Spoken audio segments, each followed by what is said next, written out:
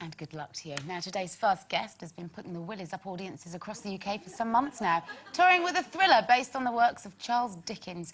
Sheltering in a mansion from the winds that tear across the surrounding moor, two men stumble upon a terrifying secret that's set to change their lives forever. Here to chill us and to thrill us, we hope. Please welcome Paul Nicholas.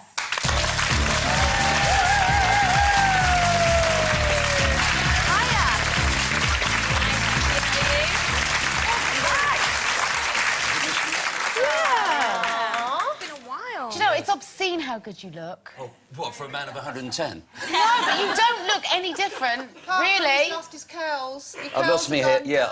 I'm losing my hair, and I've let it go natural, because the part I'm playing two parts. I'm playing a lord in this play, and I'm playing my father. So this is the father, and I play a younger man as well with a wig and a sort of a ball pin, is it, at the back of my head? You know what those are, to do all that. Ah, right. So that's why Where'd you get those from? You've seen them. You can get them in Smith's, I think. Really? Like the bulldog thing. Yeah, a bulldog pet. Oh, is that all? Oh. Yeah. Easy. So that's what I'm doing. So that's why I'm looking natural. Well, you look very good on it. Do you like it natural? Like it. I said to my wife, look, it. I'm going on loose women. Do you think I should do a bit of tone it down? She said, no, you are who you are. I said, yes, an old fool. Oh. So tell us about the play. Is it scary? Is it going to be too scary for you? It is scary, yeah. I did it last year with Sean Maguire, who I think came on the show, and it's basically based on the Dickens ghost stories. A guy's put the 5 best stories together and made one play. And there are just 2 of us in it, me and Charlie Clements, who was on EastEnders. He's great, isn't Bradley. he? Yeah. Bradley. Yeah, so he's doing it with me, and we're just doing a little tour, and the reaction we had last year was very frightening, and people do get frightened by it. It is quite scary. How do you create that, though? How do you create that kind of fear? Well, I think it's the anticipation of something happening rather than something happening. Do you know what I mean? It's the idea of something happening. So there's a ghost in it, but we don't quite ever see the ghost. And there are a lot of sound effects, so people do a lot of that because it sort of hits them, you know, like you get in the movies. So it's something that I think is very special to theatre and really works, judging from the audience's reaction so far. Now, Zoe, you worked with Zoe very early on in her career, didn't you? I did. Didn't I do your first tour? Well, we did Jesus Christ Superstar with David Ian. Was that your first production as a producer? I think we'd done one other before that, but that certainly was one of the first. And Zoe was one of the... Because you know Zoe can sing. You must have heard Zoe sing.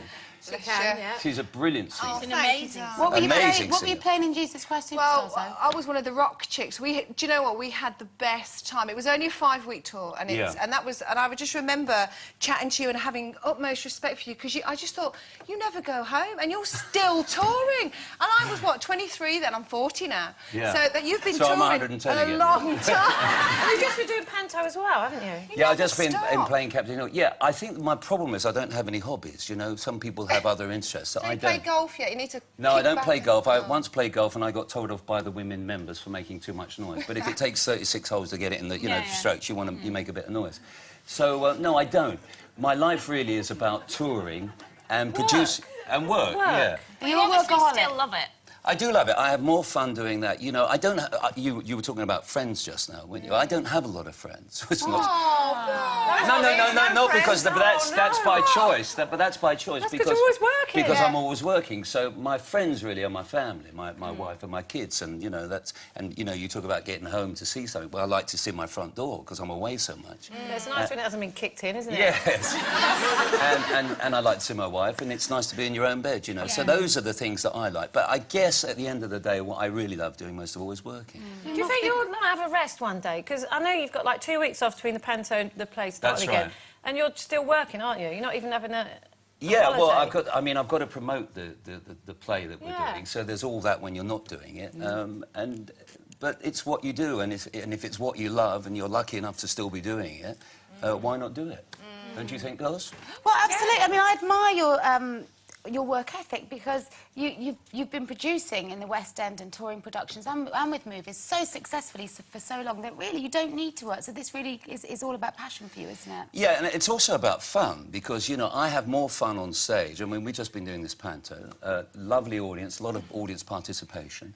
and you just have a good time up there. You know, it's not like having to go on there and do Shakespeare But every it's night. also really hard work, Panto. You do 2 shows every day Every without single a day. day off. But it keeps you fit. You don't have to go to the gym. Yeah. There's lots of lovely, you know, ladies in the show and lots of lovely people around the show, and it's just a big party every night. So it's like going out and having a good time.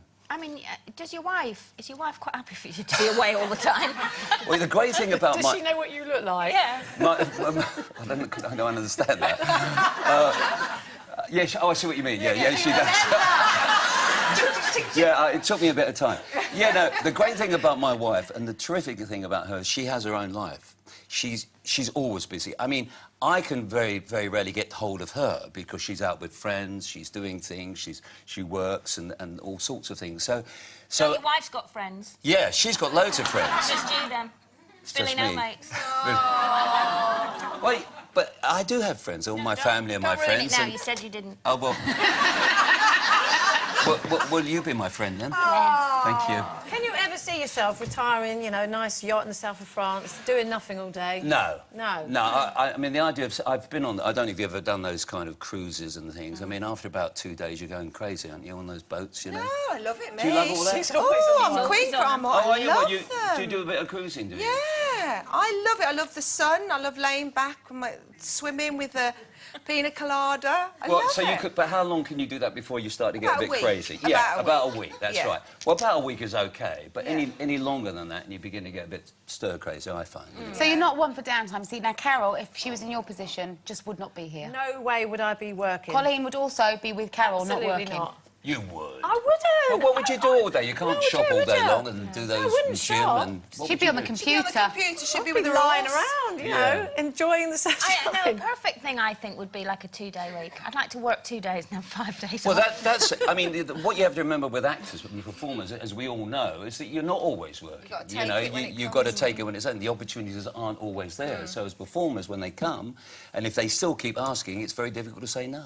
Yeah. Don't you think? Yeah. Yeah. I've always found it difficult to say no. So I've heard. Your reputation precedes you. Well, you open at the Theatre Royal in Windsor on the 7th of February. Yeah. Very best of luck with that. Thank Thank you you for so coming in much. today. Ladies and gentlemen, Paul Nicholas. Thank you.